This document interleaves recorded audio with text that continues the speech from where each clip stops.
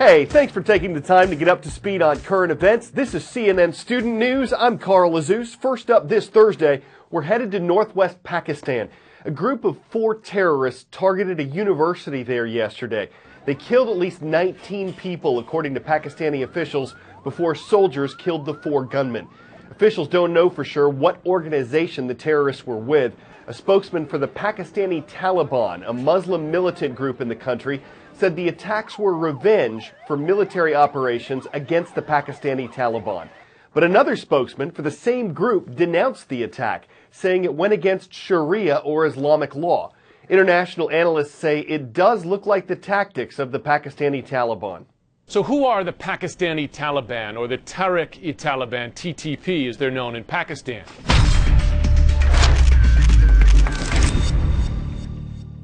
For one, they're not the Afghan Taliban. They're separate. Afghan Taliban focused principally on attacking international security forces there, including U.S. forces, and driving them out of the country. The Pakistani Taliban focused on attacking the Pakistani government, bringing it down and establishing Sharia law in the country.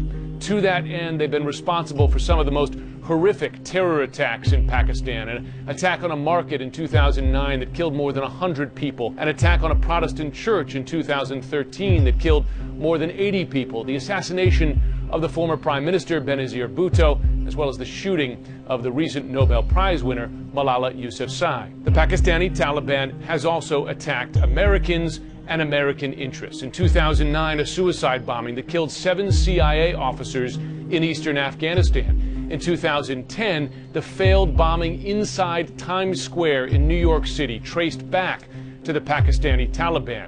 And following the killing of Osama bin Laden by U.S. forces in Pakistan, the TTP leader, the Pakistani Taliban leader, called for attacks on Americans inside America, and the U.S. has attacked back. Drone strikes inside Pakistan's tribal areas in 2009 and 2013 killed the leaders of the Pakistani Taliban. We mentioned yesterday that Iran, with many international sanctions now lifted, plans to increase its oil production at a time when experts say the world is drowning in oil. There's a huge surplus of it worldwide, and that's taking a massive toll on the U.S. stock market. The average of 30 U.S. stocks, known as the Dow Jones Industrial Average, has dropped more than 1,600 points this year. That includes a loss of 249 points yesterday. Investors are worried that the continuing drop in oil prices could signal bad news for the global economy. It's hurting corporate profits. Dozens of oil companies are filing for bankruptcy. The silver lining for drivers is that gas prices also continue to drop. All right, let's see who's watching and requesting a roll call mention at cnnstudentnews.com. Wartburg College, the Ravius location, is in Rotterdam. Hello to our viewers in Netherlands. Aztec High School is in the land of enchantment. That's New Mexico, and the Tigers are prowling in Aztec. And in Brooklyn, New York, check out the Cosmos. Bedford-Stuyvesant Collegiate Charter School rounds out our roll. Last January, we reported that NASA said 2014 was Earth's warmest year since 1880, when scientists began keeping records on global temperatures. This January, NASA's saying the same thing about 2015, specifically that it was 23 hundredths of 1 degree warmer than the 2014 record. Scientists say carbon dioxide emissions factor in as one reason why, but that most of the blame this time is on El Nino. It's that natural warming of Pacific Ocean waters we've told you about. It can affect temperatures worldwide.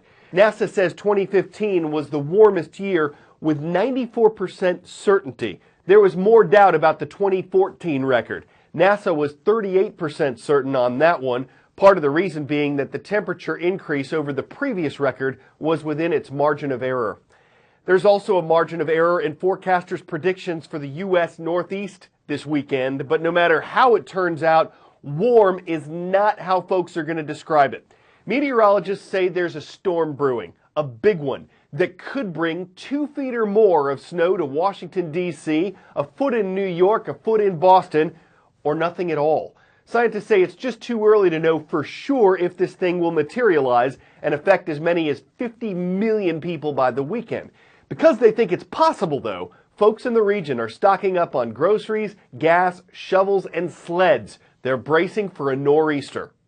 A nor'easter occurs within the most crowded coastline of the United States, the Northeast, and they can occur any time of year but are most common between the months of September and April. That's when weather conditions are prime for a nor'easter. You start with a low. It's going to travel from the southeast to the northeast and intensify. Nor'easters are strongest around New England as well as the Canadian maritime provinces. Now we have very warm water in the Gulf of Mexico and all around the coast of Florida. It's going to warm the air above it, and that warm air is going to clash with very cold air coming in from the north. Now, nor'easters carry winds out of the northeast at about 58 miles per hour or more. And keep in mind, the wind direction out of the northeast is what defines a nor'easter. It's also going to cause beach erosion as well as coastal flooding and very, very rough ocean conditions. Now, not all nor'easters have snow, but some of the most memorable ones have dumped lots of it. The city of Missoula in western Montana is more than 400 miles from the nearest ocean. That's the Pacific. But hey, surf's up. The Clark Fork River runs right through Missoula, and a new sport is taking advantage of the rapids that create permanent waves. With a new sport comes the need for new equipment, so let's take a ride with the athlete who's designing it.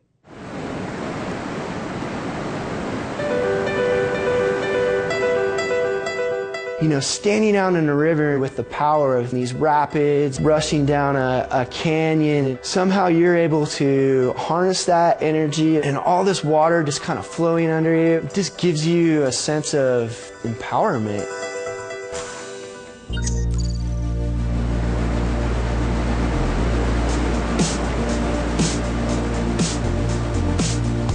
River surfing is simply surfing waves that are formed in the river. They're standing waves similar to what you'd find in a wave pool, but they are found out in Mother Nature. The sport of river surfing is so new. We're part of a global explosion right now. The way I like to say it is we're pioneers of a new sport. My name is Kevin Benhart Brown. Most people call me KB, and one of the first people here in America, if not the first, to build surfboards specifically for the river.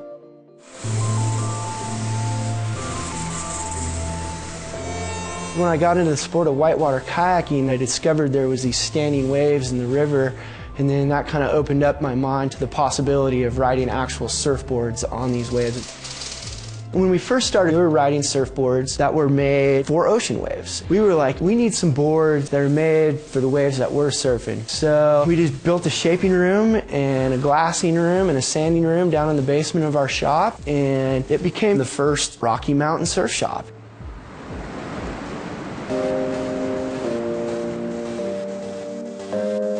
Surfing in the river is amazing because the wave is always there. It's an endless ride. You can literally surf it until you can't stand up anymore. You're swimming through the rapids or through the currents, and then you fall in and you got to swim the rapid back to shore. Snow, things like that, they don't slow us down at all. We get out there year round.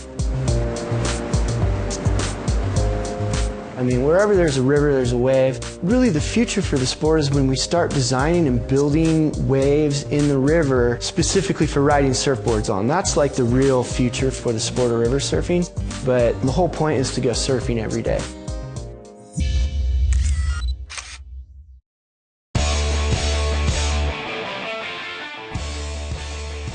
You know you own a big cat when people see your pet sitting at the window inside your house and they still call animal control. That's because Spock, his name's Spock, he weighs 27 pounds and he's almost 4 feet long. Spock is a Maine Coon, one of the largest breeds of house cat. He's big enough and smart enough to open doors, and he tends to break stuff, so the whole house has to be Spock-proofed. Of course, his size alone is enough to catapult him into the Muse, assuming he doesn't Spock anyone away. In a word, he's humongous, catlossal, meow-numental, prodigious, and though we've cat to go for meow, we hope you'll claw your way back tomorrow for more CNN student news.